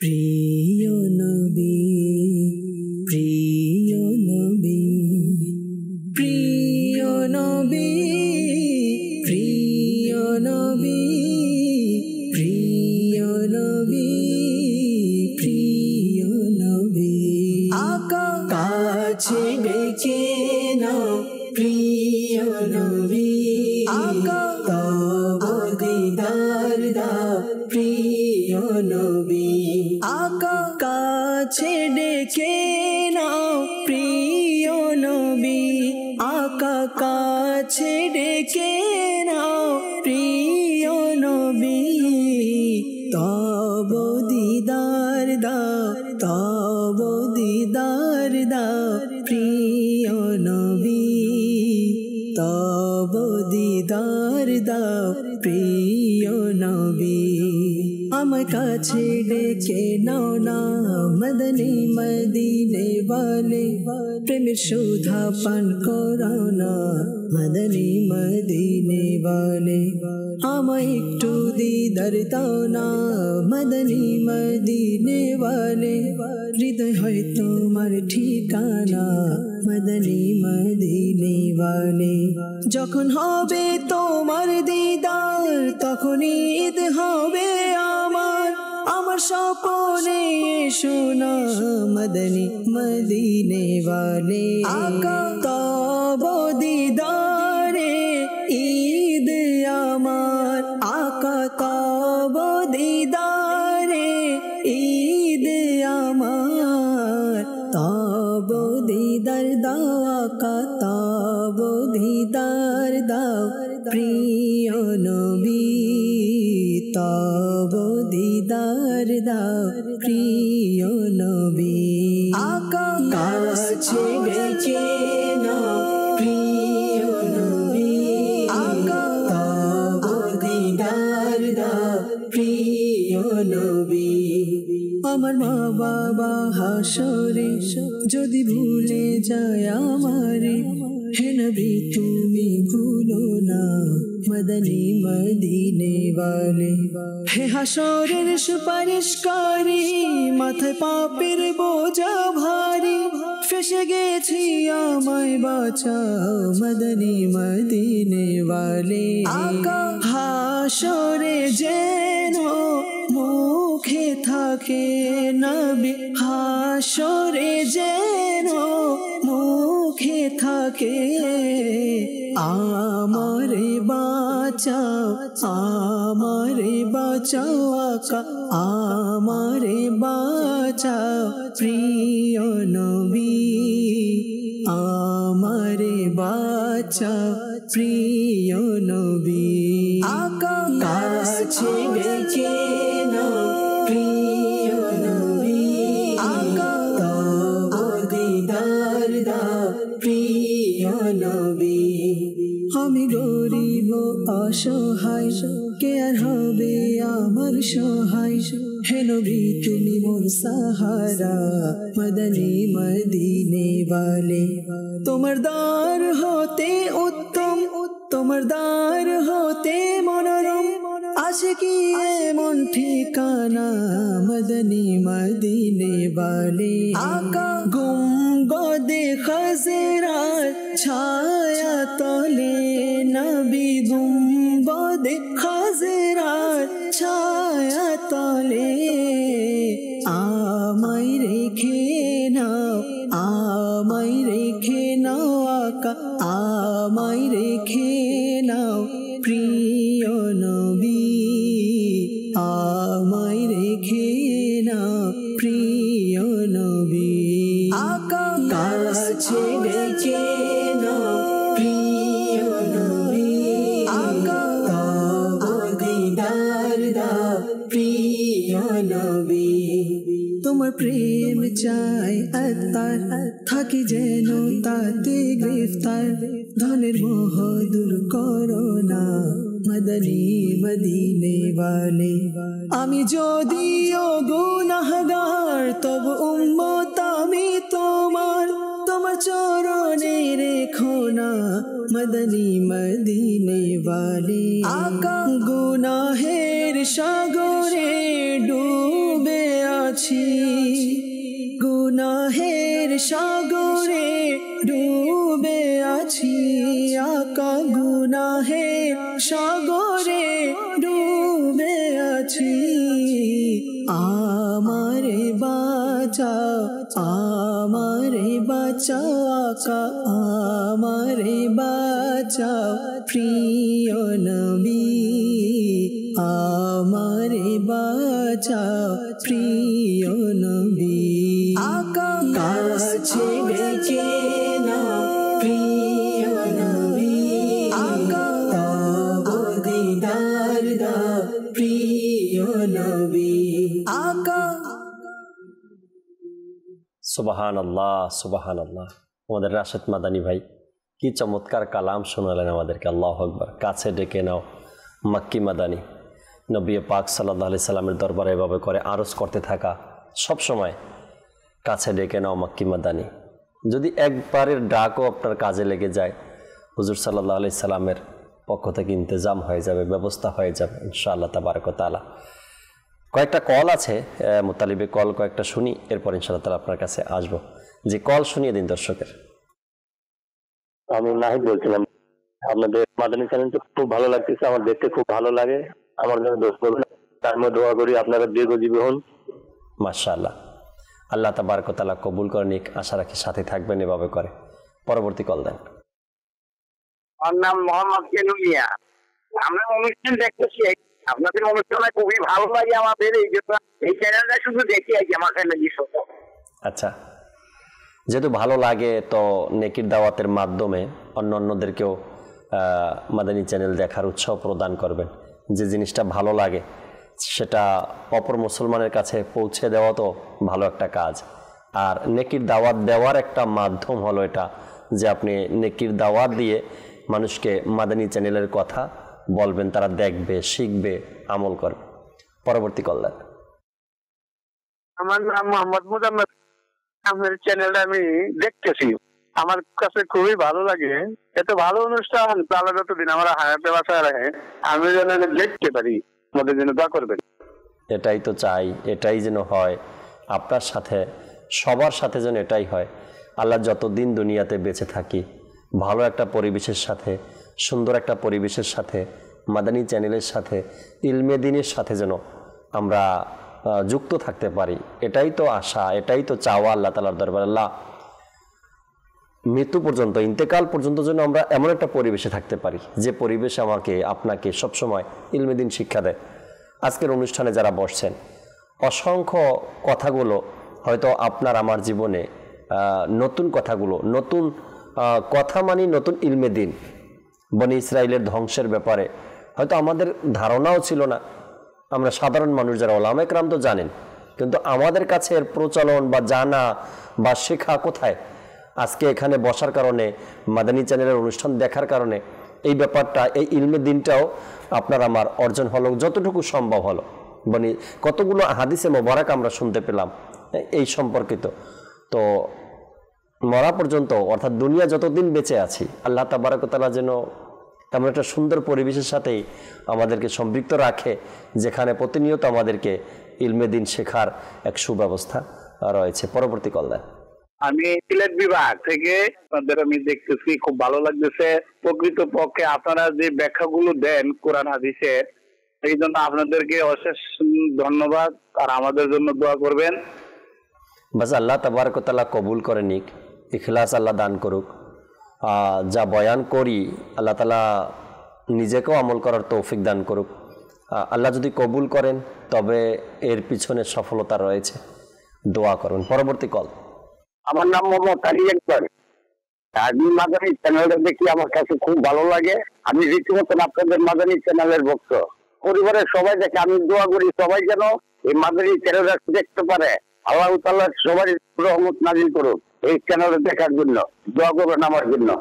মাশাআল্লাহ, আপনি নিজেও দেখছেন, আপনার পরিবারের সবাই দেখছে এবং দোয়াও করছেন যেন সবাই এই চ্যানেলটা দেখতে পারে। আল্লাহ তাআলা দয়া করুক সবার প্রতি। দেখছে মানুষ, আলহামদুলিল্লাহ রাব্বিল আলামিন। আপনাদের যে কল, ফিডব্যাক আমরা পাচ্ছি, এ থেকে বোঝা যায় আলহামদুলিল্লাহ রাব্বিল আলামিন বাংলাদেশের বিভিন্ন অঞ্চলে মানুষ মাদানী চ্যানেলের সাথে সম্পৃক্ত রয়েছে, সবসময় দেখে, অনুষ্ঠানগুলো দেখে এবং নিজের অভিমতগুলো আমাদের সাথে কিন্তু শেয়ার করছে। আল্লাহ তাআলা কবুল করেনি। পরবর্তী কল দেন। খাদিজা, রংপুর। আমি মাদানী চ্যানেল দেখি, ভালো লাগে। আমার পরিবেশ সবাই দেখে, আমার জন্য দোয়া করবে। মাশাআল্লাহ, আল্লাহ তাবারক ওয়া তাআলা খাদিজাকে আলেমা বানিয়ে দিক, হাফেজা বানিয়ে দিক, দিনের দায় হিসাবে আল্লাহ তাআলা কবুল করে নিক, মা বাবার চোখের শীতলতা হিসাবে আল্লাহ কবুল করে নিক। আল্লাহ তাআলা আপনার দ্বারা দিনের খেদমত নিক। চমৎকার কথা আপনি বলেছেন, ছোট মানুষ, আপনার কাছে ভালো লাগে, আপনার পরিবারের সবাই দেখে। আল্লাহ তাআলা সবাইকে ভালো রাখুক, সুস্থ রাখুক। আলোচনায় ফিরব মোতালিব ভাই যে বিষয় নিয়েছি আমরা আজকে, বনি ইসরাইলের ধ্বংসের কারণ। এই বিষয় নেওয়ার পিছনে কারণও আছে। বনি ইসরাইলের জমানায় যে অবাধ্যতা, যে নাফরমানি, এগুলো ধীরে ধীরে ধীরে ধীরে আমাদের জমানায়ও কিছু দেখা যায়। যদি আমরা এটা জানতে পারি যে এই বিষয়টা ধ্বংসের কারণ, তখন কিন্তু মানুষ নিজেকে বাঁচাতে চেষ্টা করে। কোনো ব্যক্তি নৌকায় আছে, আর এটা ছোট বড় সবাই জানে যে নৌকায় থাকা অবস্থায় যদি ঝড় তুফান আসে তো সেটা ডুবে যাওয়ার সম্ভাবনা রয়েছে। যখনই দেখে মেঘলা আকাশ বা ঝড় তুফানের সম্ভাবনা আছে, যত গভীরে থাকুক না কেন সে তার নৌকা নিয়ে কিনারায় চলে আসার চেষ্টা করে। কেন? আমাকে বাঁচতে হবে, আমি চাই না এই ঝড়ের মধ্যে পড়ি, আমার নৌকা ডুবে যাক। আমাদের একটা নৌকা জীবনটা, কখনো ঝড় তুফানে পড়ে যাই, আবার কখনো কিনারা খুঁজে পেয়ে যাই, কখনো আশার আলো দেখি, আবার কখনো নিরাশ হয়ে যাই। তো এই জীবন নামের নৌকাটা আমাদের মধ্যে সে বনি ইসরায়েলের জমানার কিছু অভ্যাস চলে আসছে, যা কোরআনে পাকের মধ্যে এই অভ্যাসের কারণে বনি ইসরায়েলের মানুষরা ধ্বংস হয়েছে, যা এর সাথে আমরা শুনতে পাই। এই জন্যই রাখা যেন আমরা শিখতে পারি এবং নিজেকে ধ্বংসাত্মক সেই কাজগুলো থেকে বাঁচাতে পারি। আরো কিছু মাদানী ফুল যদি দিতেন। জি, আমি এই কামরুজ্জামান ভাই যে বিষয়টা, যে ঘটনাটা বলেছিলেন, সেখান থেকে আবার আমি আমার জায়গায় ফিরে আসব। যে সেই ঘটনার মধ্যে থেকে একটা শিক্ষণীয় বিষয়, যে আল্লাহ তাআলা তাদেরকে নিষেধ করেছিলেন শনিবারে মাছ ধরতে নিষেধ করেছে। তারা কিন্তু শনিবারে মাছ ধরে নাই, মাছ শিকার করে না শনিবার। তারা সিস্টেম করে, হিলা বাহানা করে সেই মাছ ধরা পরিবর্তিত করেছে। জি, তো এই বিষয়টা কিন্তু আমাদের মাঝে পাওয়া যায়। আল্লাহ তাআলা আমাদেরকে কোনো কাজ, আমাদেরকেও কি শনিবার মাছ ধরা নিষেধ না? আমাদের শরীয়তের মধ্যে আচ্ছা, এই হুকুমটা উঠে গেছে, হুকুমটা উঠে গেছে। আমাদের তো আল্লাহ রাসূল সাল্লাল্লাহু আলাইহি ওয়াসাল্লাম নতুন শরীয়ত নিয়ে এসেছেন, নতুন বিধান নিয়ে এসেছেন। সুবহানাল্লাহ। আর আমাদের সহজ আমাদের জন্য, আর আমাদের যে শরীয়ত, সেই শরীয়তটা না কঠিন আর এতটা সহজও নয়। বলা হয় যে মুসা আলাইহিস সালামের শরীয়ত একটু কঠিন ছিল, আর ঈসা আলাইহিস সালামের যে শরীয়ত সেটা বেশি সহজ ছিল। আচ্ছা, তো আমাদেরটা হচ্ছে দুটোটার মধ্যবর্তী। আচ্ছা, এতটা কঠিনও না আর এতটা, যদি কেউ চাইতে সহজেই মানতে পারবে, আবার যদি কেউ না চায় তো সে অনেক কঠিন বানিয়ে নেবে এটাকে। সহজ ভাবে যেটা আল্লাহ তাআলা বলেছেন, লা ইউকাল্লিফুল্লাহু নাফসান ইল্লা বুসআহা, যে আল্লাহ তাআলা কোনো প্রাণের যে তার সাধ্যের বাইরে কোনো কিছু চাপিয়ে দেন না। অর্থাৎ আল্লাহ তাআলা আমাদেরকে সেই হুকুমগুলো দিয়েছেন যা আমরা করতে পারবো। তো আল্লাহ তাআলা বলেছেন যে আমি তোমাদেরকে নামাজ পড়ার হুকুম দিয়েছি, এখন তুমি দাঁড়াতেই পারো না এই মানে যে তোমাকে দাঁড়াতেই হবে, তুমি বসে নামাজ পড়ো, বসতেও যদি না পড়ো শুয়ে ইশারায় পড়ো। তো যে আল্লাহ তাআলা সিস্টেম করে দিয়েছেন, বা আমাদের শরীয়তে যে বিষয়টা রয়েছে, যে আপনার যে মুহূর্তে যে বিষয়টা প্রয়োজন ইসলাম সেটা আপনাকে দিয়ে দিয়েছে। যে আমি বলছিলাম যে হিলা বাহানা করা আমাদের সমাজের মধ্যে দেখা যায়। আল্লাহ তাআলা আমাদের জন্য পর্দা আবশ্যক করেছেন, পর্দা নাজিল করেছেন। এখন কি করা যায়? আল্লাহ তাআলা বলেছেন যে এই অঙ্গগুলোকে ঢেকে রাখতে হবে, বাস এখন কি করলাম, ঢেকে দিলাম। কি ধরনের পোশাক পরলে আসলে অঙ্গগুলো পরিপূর্ণভাবে ঢাকা হবে, কিভাবে ঢাকলে আসলে ঢাকার হুকুমে আসবে, কি জন্য আল্লাহ তাআলা এই পর্দাটা নাজিল করেছেন, এর হিকমতটা কি, এর কারণ কি, এই বিষয়গুলোকে এখন তোয়াক্কা করে না। অনেকে আছে যে ঠিক আছে আল্লাহ তাআলা বলছেন ঢেকে রাখতে, ঢেকে রাখলাম, হিজাব একটা পরে নিলাম, হাঁটু ঢাকতে বলছেন বা যেভাবে ঢাকার কথা, এখন দেখা যাচ্ছে এরকম পোশাক পরছে যে ঢাকা যে কারণে আল্লাহ তাআলা নাজিল করেছেন সেটার পর্দা যে উদ্দেশ্য, সেই উদ্দেশ্য এখন আর হলো না, ছিটাফুটাও পাওয়া যায় না। বরঞ্চ পর্দা নাজিল হওয়া, পর্দা করার যে কারণ, সেই কারণগুলোর দিকে আরো উস্কে দিচ্ছে এখনকার পোশাক। ঠিক আছে, আপনি তো শরীর ঢেকে রাখছেন, কিন্তু আপনার পোশাক যেই কারণে আসলে পর্দা করা হয়েছে সেই দিকে নিয়ে যাচ্ছে। তো এটাই বলছি যে হিলা বাহানা না করা, আল্লাহ যেভাবে হিলা বাহানা করা ধ্বংসের দিকে নিজেকে নিয়ে যাওয়া। যেমন আমরা বনি ইসরায়েলের ঘটনার মধ্যে তারা কিন্তু শনিবারে মাছ শিকার করে নাই, কিন্তু তারা হিলা বাহানা করে সেই বিষয়টাকে কি করেছে, অন্যভাবে করে। হিলা কি সাধারণ হয়তো ইসলামীরা নাও বুঝতে পারে, আমাদের মধ্যে প্রচলন আছে, কিন্তু হিলা অর্থ কি? হিলা অর্থ হচ্ছে যে বাহানা করা, মানে কোনোভাবে এটাকে জায়েজ করে নেওয়া, যে আমার মতে হ্যাঁ এটা এভাবে, বাস নিজের বিবেক বুদ্ধি কাটিয়ে কি করলো যে হ্যাঁ আমি তো আমল করে নিয়েছি, এভাবে না খেয়ে ঘুরিয়ে খাওয়া। চমৎকার কথা আপনি বলছেন পর্দার ব্যাপারটা নিয়ে। আমি বলবো সুদ ঘুষের লেনদেনটাকে ইনশাআল্লাহ বনি ইসরায়েলের জমানার মতো মানুষ চেষ্টা করছে শব্দ পরিবর্তন করে সেটাকে খাওয়া জায়েজ মনে করা। আমি এই বিষয়টা ইনশাআল্লাহ আসবো। বনি ইসরায়েলের মধ্যে বিষয়টা ছিল একটা বিষয়, সেই বিষয়টা নিয়ে ইনশাআল্লাহ বলার চেষ্টা করব। পরবর্তীতে আল্লাহ তাআলা বনি ইসরায়েলদেরকে যে নিয়ামতগুলো দিয়েছিল, নিয়ামতগুলোকে একটা একটা করে বনি ইসরায়েলদেরকে আল্লাহ তাআলা ধরিয়ে দিয়েছেন যে আমি তোমাদেরকে এই নিয়ামত দিয়েছি। আল্লাহ তাআলা বলেন ওয়াইদ নাজ্জাইনাকুম মিন আলি ফিরআউনা ইয়াসুমুনাকুম সু আল আযাবি ইউযাববিহুনা আবনাকুম ওয়া ইস্তাহইউনা নিসাআকুম ওয়া ফি যালিকুম বালাউম মির রাব্বিকুম আযীম। এই আয়াতের মধ্যে আল্লাহ তাআলা প্রথম যে নিয়ামত সেটাকে ধরিয়ে দিলেন যে তোমরা স্মরণ করে দেখো যে যখন ফিরাউন তোমাদেরকে কঠিন শাস্তির মধ্যে রেখেছিল, তোমাদেরকে কষ্ট করাতো, বনি ইসরায়েলরা সারাদিন পরিশ্রম করত, যে পাথরের যে চাটান আছে, পাথর বড় বড় পাথর, এগুলো তাদের মাধ্যমে কাটাতো, এগুলো তাদের মাধ্যমে বহন করাতো। এই কাজ করার কারণে তাদের ঘাড়ে কোমরে বিভিন্ন রোগ দেখা দিয়েছিল, অসুস্থতার মধ্যে পড়ে গেছিল সারাদিন। এই কাজ করার পরও তাদেরকে অতিরিক্ত তাদের ট্যাক্স দিতে হতো, তাদের সন্তান ছেলে সন্তানদেরকে হত্যা করা হতো, মেয়েদেরকে জীবিত রাখা হতো। এত কিছু করার পর আল্লাহ তাআলা তাদেরকে সেই ফেরাউন থেকে নাজাত দিলেন, যে ফেরাউন তাদেরকে এত অত্যাচার করেছে, এত কিছু করেছে, এখন তা থেকে মুক্তি পাওয়া তাদের জন্য অনেক বড় একটা নিয়ামত ছিল। আল্লাহ তাআলা কি করলো, এই বনি ইসরায়েলদেরকে ফেরাউন থেকে মুক্তি দিল, ফেরাউনকে সমুদ্রে ডুবিয়ে দিল, ফেরাউনের সাথে যারা ছিল সবাইকে তাদেরকে আল্লাহ তাআলা বাঁচিয়ে নিলেন। মিন আলি ফিরাউনা ইয়াসুমুনাকুম সুআল আযাব, যে আয়াতের মধ্যে আল্লাহ তাআলা বলেছেন যে আল্লাহ তাআলা তোমাদেরকে ফেরাউন থেকে নাজাত দিয়েছেন, যে সেই ফেরাউন কি করত, তোমাদের ছেলে সন্তানদেরকে হত্যা করত, তোমাদের মেয়ে সন্তানদেরকে জীবিত রাখত। তো এই ফেরাউনের অত্যাচার থেকে আল্লাহ তাআলা তাদেরকে বাঁচিয়েছে। এখন তাদের করণীয় ছিল আল্লাহ তাআলা শুকরিয়া আদায় করা। পরবর্তীতে যখন ফেরাউন থেকে বেঁচে মিশরে চলে গেল, মিশরে যাওয়ার পর তারা আপত্তি জানানো যে আল্লাহ তাআলার পক্ষ থেকে একটা কিতাব আসা উচিত, আমাদের কাছে একটা গ্রন্থ আসা উচিত। পূর্ববর্তী যারা নবী ছিল তাদের কাছে আল্লাহ তাআলার ঐশী বাণী এসেছে, আল্লাহ তাআলার বাণী এসেছে, একটা জীবন ব্যবস্থা এসেছে, আমাদের কাছেও আসা উচিত। তো আল্লাহ তাআলা তাদের এই যে আবদার মেনে নিলেন। তো বললেন এর জন্য মুসা আলাইহিস সালামকে অমুক জায়গায় যেতে হবে এবং সেখানে তাকে থাকতে হবে। মুসা আলাইহিস সালাম সকল শর্ত মেনে, সকল যে তার যে পাড়া প্রতিবেশী, তার আত্মীয় স্বজন সকলকে ত্যাগ করে তিনি একটানা 40 দিন যাবত সেখানে রইলেন, কোনো কথা বললেন না। তাদের জন্য কিতাব নিয়ে আসলেন, তাদের জীবন ব্যবস্থার জন্য, তারা যেন আল্লাহ তাআলার হুকুম আদেশগুলো মেনে চলতে পারে, তাদেরই একটা জীবন বিধান নিয়ে আসলেন। তাদেরই আকাঙ্ক্ষা অনুযায়ী তিনি সকল কিছু মেনে তিনি তাওরাত আনতে গেলেন। আর এদিকে তারা কি করলেন, আল্লাহ তাআলা কাছে মুসা আলাইহিস সালাম গেলেন তাদের জীবন ব্যবস্থা নিয়ে আসার জন্য। আর তারা এদিকে তারা নিজেরা একটা বানোয়াট, একটা বাছুরকে নিজেদের প্রভু বানিয়ে নিল, নিজেদের খুদা বানিয়ে নিল এবং সেটাকে তারা ইবাদত করা শুরু করে দিল। সামিরি ছিল, সে স্বর্ণ অলংকার দিয়ে একটা বাছুর বানালো, পরবর্তীতে সে এর মধ্যে মাটি নিক্ষেপ করলো, এটা বলতে শুরু করলো, তো সেটারই ইবাদত করা শুরু করলো।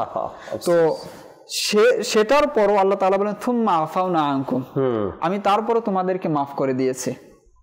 শিরিক এমন একটা বিষয় যে আল্লাহ তাআলা বলেন ইন্না শিরকা লাযুলমুন আযীম, শিরিক হচ্ছে সবচেয়ে বড় জুলুম।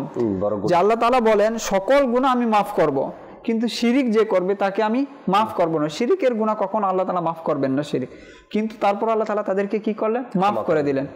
এর পরবর্তীতে তাদের এই যে গুনাহের কাফারা স্বরূপ আল্লাহ তাআলা বললেন যে তোমাদের গুনাহ যে করেছো এর জন্য তোমাদেরকে কাফারা দিতে হবে।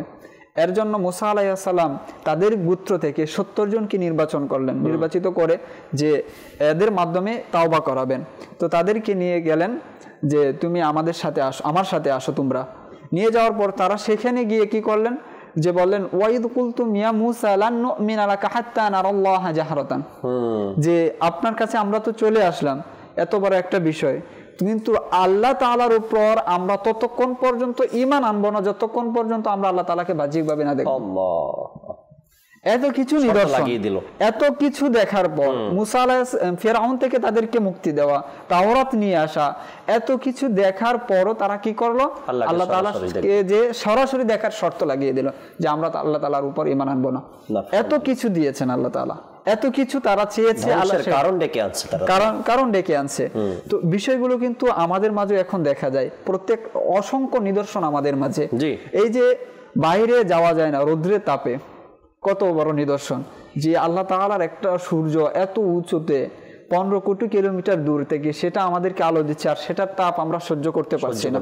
তো আল্লাহ তাআলা একটা নিদর্শন নয়? আবার 2 দিন ঘুরলেই এতটাই ঠান্ডা পড়ে যে এই রোদের জন্য আবার আমরা দেখতে পাচ্ছি যে দুবাই মরুভূমির দেশ, জি। সেখানে এত বন্যা হলো, এত বৃষ্টি হলো, সবকিছু তলিয়ে গেল পানির নিচে, এয়ারপোর্ট পর্যন্ত তলিয়ে গেল। আল্লাহ তাআলার নিদর্শন, এই যে নিদর্শনগুলো আল্লাহ তাআলার আমরা দেখছি, এখানে আমাদেরও করণীয়, আমাদেরও শিক্ষণীয় বিষয় আছে যে আল্লাহ তাআলার নিদর্শনগুলো দেখার পর গুরামি না করা। এই যে বনী ইসরাইল গুরামি করেছে, পরিণতি এরকম হয়েছে, আল্লাহ তাদেরকে ধ্বংস করে দিয়েছেন। তো মা যালামনাহুম ওয়ালাকিন কানু আনফুসাহুম ইয়াজলিমুন, যে আল্লাহ তাআলা বলেন আমি তাদেরকে কম দেইনি, তাদেরকে ফিরআউন থেকে রক্ষা করেছি, তাদেরকে আমি তাওরাত দিয়েছি, তারা চেয়েছে তাওরাত দিয়েছি, তারপরে তারা দাবি করে বসলো যে আমাকে প্রকাশ্য দেখবে। মুসা আলাইহিস সালাম বলেন যে আমি আপনাকে দেখতে চাই, আল্লাহ তাআলা বলেন তারানি, তুমি আমাকে দেখতে পারবে না, আর তারা বলে আমাকে দেখবে। তো আল্লাহ তাআলা বলেন ওমা যালামনাহুম, আমি তাদের প্রতি কোনো জুলুম করি নাই, ওয়ালাকিন কানু আনফুসাহুম ইয়াজলিমুন, তারা নিজেরা নিজেদের নফসের প্রতি জুলুম করেছে।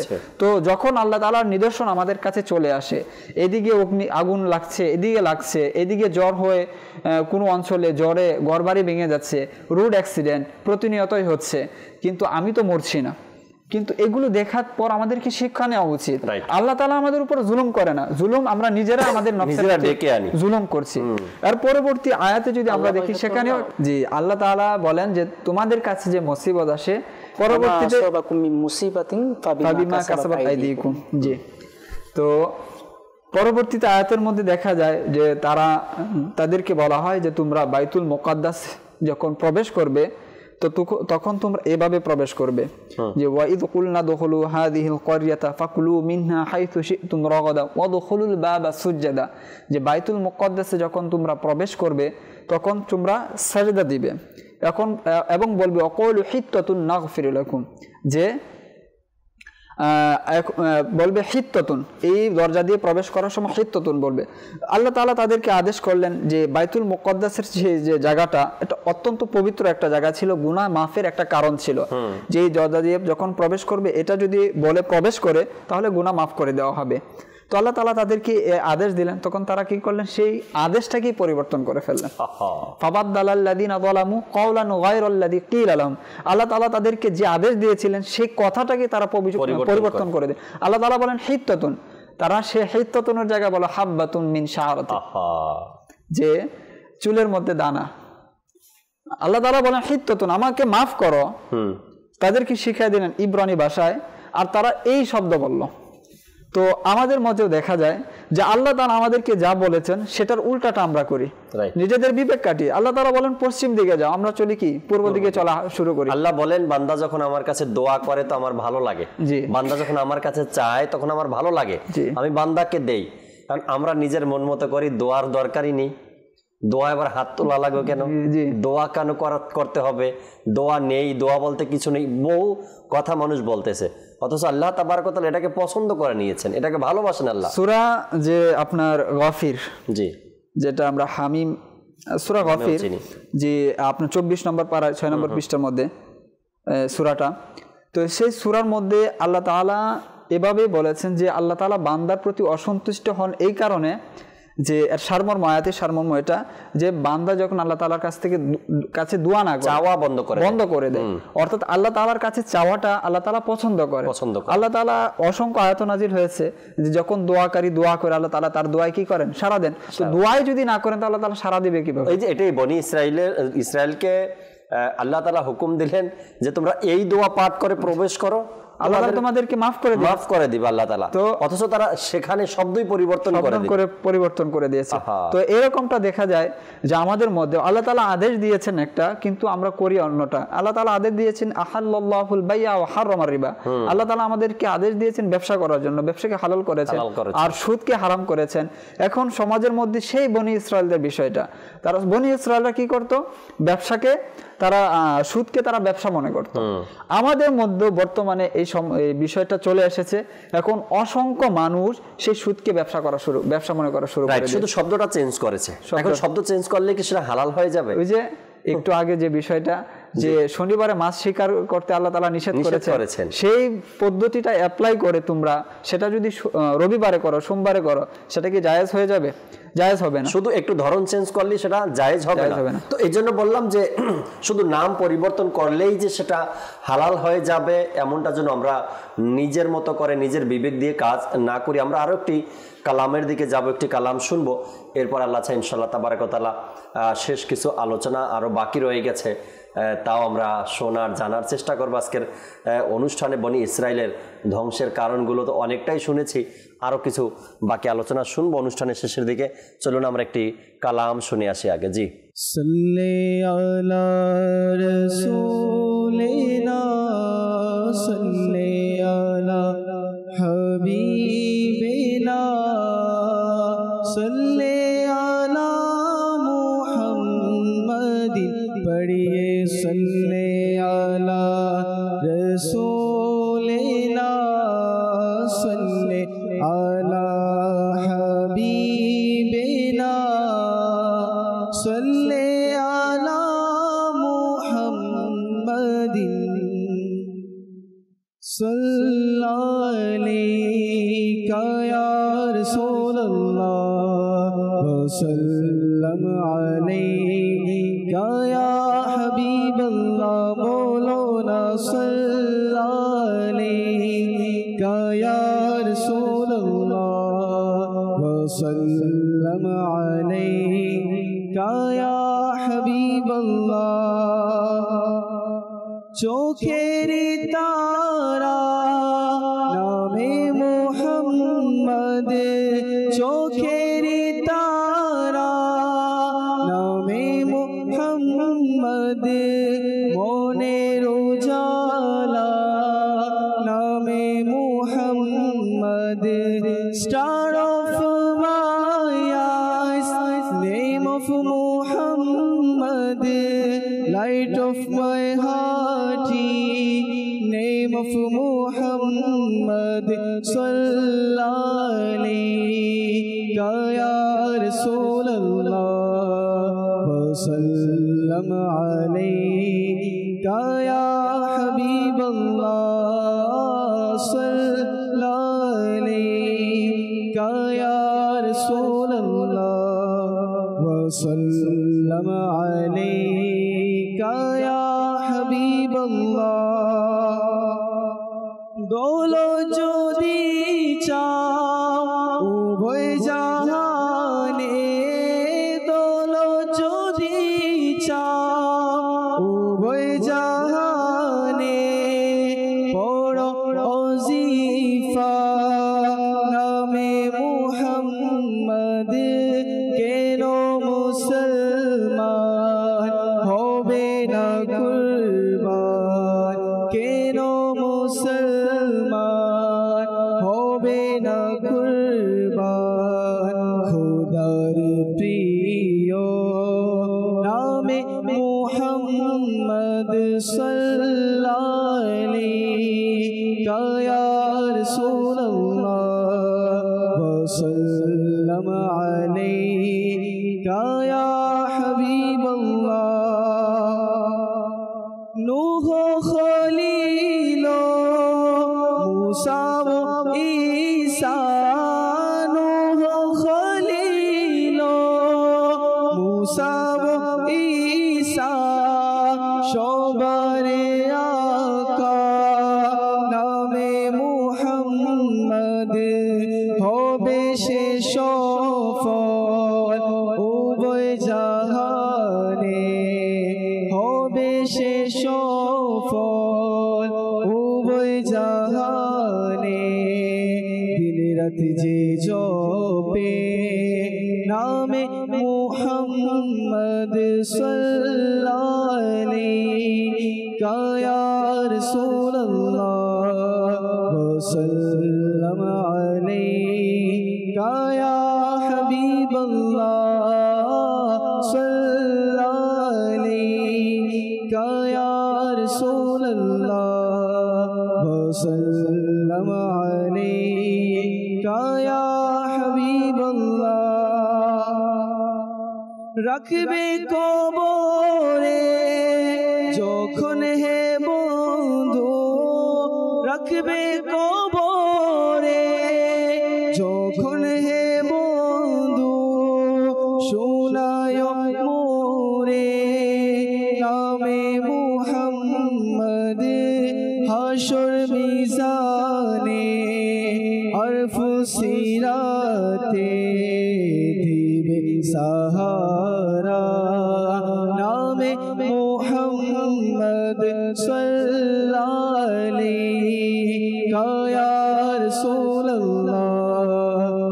वसल्लम अलैका या हबीब अल्लाह बोलो ना सल्लल्लाहु अलैका या रसूल अल्लाह वसल्लम अलैका या हबीब अल्लाह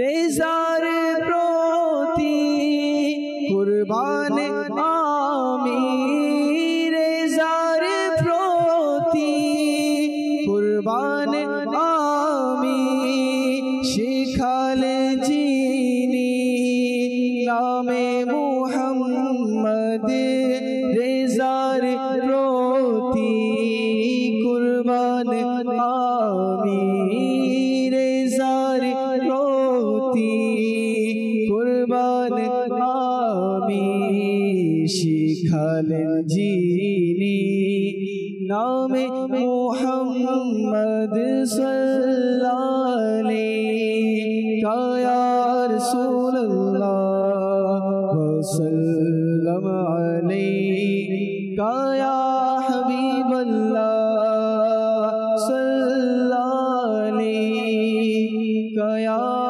रसूल अल्लाह वसल्लम अलैका या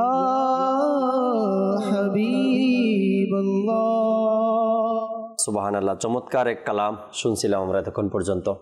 আর অনুষ্ঠানের বিষয় বনি ইসরায়েলের ধ্বংসের কারণ, বিভিন্ন দিক নিয়েই কথা বলা হয়েছে বা আপনাদের সাথে শেয়ার করা হয়েছে মুবাল্লিগে দাওয়াত ইসলামীগণ, যে কোন কোন কারণে বনি ইসরায়েলের ধ্বংস হয়েছে। আর এভাবে করে বনি ইসরায়েলের মধ্যে যারা অন্তর্ভুক্ত না, এদেরও অনেক ঘটনাগুলো কোরআনে পাকের মধ্যে এসেছে, যে তাদের মধ্যে অনেকে বনি ইসরায়েলের অর্থাৎ এদের মধ্যে যারা নেই, অর্থাৎ বনি ইসরায়েলের বাহিরেও অনেক নবী আলাইহিসসালাতু ওয়াসসালামদের কম বা উম্মতি ধ্বংসের কিছু কারণ তাও কোরআনে পাকের মধ্যে হাদিসে মোবারকার মধ্যে পাওয়া যায়। এবং আমাদের জমানা অর্থাৎ আখিরি নবী হুজুর সাল্লাল্লাহু আলাইহি সাল্লামের উম্মতের মধ্যেও পূর্বের জমানার অনেকের ব্যাপারে শোনা যায় বা কিতাবাদি অধ্যয়ন করলে পাওয়া যায় যে তাদের ধ্বংসের কারণ কেন ছিল। আর বর্তমান সময় আমাদের যে জমানাটা চলছে, বর্তমান সময়টা, এই সময় তো কেউ বলে না যে এই লোকের ধ্বংসের কারণ এটা বলে না, কেননা ওই জমানার লোকের কথাগুলো কোরআনে পাকে আসছে, তাই আমরা বলি। আমাদের জমানার লোকের মানুষের কথা তো কোনো এমন কিতাবের মধ্যে আসেনি, তাই কেউ বলে না এটা। কিন্তু যদি আমরা দেখি যে এই পরিণতির কারণটা কি, একটু আগেই মোতালিবি বললেন না যে হাতের কামাই, এগুলো আমাদের অর্জিত, এগুলো আমরা নিজের অর্জন করা, এগুলো যাই বলেন আর যাই দেখেন, সম্মানের দিক থেকে দেখেন বা আজ যে পরিণতির ব্যাপারগুলো আপনার সামনে আছে, এগুলো বলতে হবে আমাদের হাতের কামাই। এখনো সময় আছে, তওবা করা উচিত। আল্লাহ তাবারক ওয়া তাআলার নাফরমানি ছেড়ে দেওয়া উচিত, আল্লাহ তাবারক ওয়া তাআলার হুকুমগুলো পালন করা উচিত, নবী পাক সাল্লাল্লাহু আলাইহি সাল্লামের সুন্নতকে আঁকড়ে ধরা উচিত, যদি আমরা ধ্বংস থেকে বাঁচতে চাই। আর না হয়তো যদিও বা নবী করিম সাল্লাল্লাহু আলাইহি সাল্লামের সাদকায়ে আল্লাহ তাবারক ওয়া তাআলা দুনিয়াতে ওই সকল ধ্বংস দিচ্ছেন না, কিন্তু আখিরাত খারাপ আমাদের, তাই না? হুজুর সাল্লাল্লাহু আলাইহি সাল্লামের সাদকায়ে আল্লাহ তাবারক ওয়া তাআলা অনেক কিছু আমাদের থেকে উঠিয়ে নিয়েছেন, অনেক কিছু। প্রকাশ্যভাবে আপনার বনি ইসরাইল আগের জমানার কথা যদি কেউ গীবত করত, তো প্রকাশ্য মানুষ দেখলেই তাকে বুঝে যেত যে সে গীবত করছে, মিথ্যা বলতো, ব্যভিচার করত, তো এগুলো দেখলেই মানুষ বুঝে যেত যে এই ব্যক্তি এই খারাপ কাজটা করে এসেছে। কিন্তু হুজুর সাল্লাল্লাহু আলাইহি সাল্লামের সাদকায়ে আল্লাহ তাবারক ওয়া তাআলা এই নিশানাগুলো আমাদের থেকে উঠিয়ে নিয়েছে। মুনাফিক তারা এরকম দাবি করেছে যে আপনি সত্য নবী হলে আল্লাহ তাআলার পক্ষ থেকে আযাব নিয়ে আসেন। তো তখন আল্লাহ তাআলা সেই জবাবে বলেছেন যে আপনি যেখানে আছেন সেখানে আমি কিভাবে আযাব দিই, বলতে আপনি থাকা অবস্থায় আপনি যে উম্মতের মধ্যে আছেন সেই উম্মতকে আমি সরাসরি আযাব দিব না। পূর্ববর্তী আপনি বললেন যে আমরা বনি ইসরাইলের আলোচনা করছি, এর পূর্ববর্তী যে সকল নবী আছেন, নূহ আলাইহিস সালাম, আপনার হুদ আলাইহিস সালাতু ওয়াস সালাম, সালিহ আলাইহিস সালাতু ওয়াস সালাম, এরপরে আপনার লুত আলাইহিস সালাতু ওয়াস সালাম, এই যে নবীগণ তাদের ব্যাপারে কোরআনে পাকের মধ্যে এসেছে এবং তাদের কওমকে কি কারণে আর কিভাবে আল্লাহ তাআলা ধ্বংস করেছেন সেই বিষয়গুলো রয়েছে। তো সেই বিষয়গুলো কোরআনে পাকের মধ্যে বর্ণনা করার যে আল্লাহ তাআলা বর্ণনা করার উদ্দেশ্য, সেটা হচ্ছে আমরা যেন সেই আমলের সাথে নিজেদের আমলকে মিলিয়ে দেখি তারা যেই কারণে ধ্বংস হয়েছে সেই কারণগুলোকে আমাদের মাঝেও আছে কিনা। আমরা যদি কওমে নূহের কথা দেখি, যে নূহ আলাইহিস সালাতু ওয়াস সালাম আল্লাহর দিকে দাওয়াত দিয়েছেন, তারা অমান্য করেছে, তাদের কাছে প্রকাশ্য অসংখ্য বিষয় নিদর্শন এসেছে, তারা সেগুলোকে অস্বীকার করেছে, তারপর আল্লাহ তাআলার উপর ঈমান আনেনি। আমরা যদি ওয়াইলা আদিন আখাহুম হুদ, যে আল্লাহ তাআলা বলেন আদ জাতির মধ্যে আমি কি করলাম হুদকে প্রেরণ করেছি। ওয়াইলা সামুদ আখাহুম সালিহা, সামুদ যে জাতি, সেই জাতির মধ্যে আমি সালেহ আলাইহিস সালাতু ওয়াস সালাম সালেহকে আমি পাঠিয়েছি। অনুরূপভাবে লুত আলাইহিস সালাতু ওয়াস সালাম, ইব্রাহিম আলাইহিস সালাতু ওয়াস সালাম, এবং তাদের যে কম জাতি গোত্র এগুলো ধ্বংস হয়েছে, এর কারণ কি কারণ ছিল সেটাও আল্লাহ তাআলা বর্ণনা করেছেন। সর্বোপরি আমাদেরকে কোরআন পড়ে এবং কোন উম্মত কি কারণে ধ্বংস হয়েছে তার সাথে আমাদেরকে মিলিয়ে দেখা যে সেই কাজগুলো আমাদের মধ্যে তো নেই, সেই কাজগুলো আমাদের সমাজে তো নেই, সেই কাজগুলো আমার বংশের মধ্যে মানুষের মধ্যে কারোর মধ্যে তো নেই। যদি থাকে তাহলে যে আমাদেরকে শ্রেষ্ঠতম উম্মত বলে ঘোষণা করার অন্যতম কারণ সেটা হচ্ছে আমরুম বিল মারুফ ওয়া নাহয়ু আনিল মুনকার, যে সৎ কাজের আদেশ করা আর অসৎ কাজে বাধা প্রদান করা। কামরুজ্জামান ভাই বলেছিলেন যে একটি আয়াত পাঠ করে, যে একটি জাতি অন্যায় করেনি মানুষ, কিন্তু তারাও অন্যায়কারীদের সাথে ধ্বংস হয়েছে এই কারণে যে তারা নেকির দাওয়াত ছেড়ে দিয়েছিল। তো জানি না আমিও কখন সেইটার সাথে গ্রেফতার হয়ে যায়, আমি না হই, আমার ভবিষ্যৎ প্রজন্ম যদি সেটার সাথে জড়িত হয়ে যায়। আজকে আমি দেখি যে আমার আশেপাশে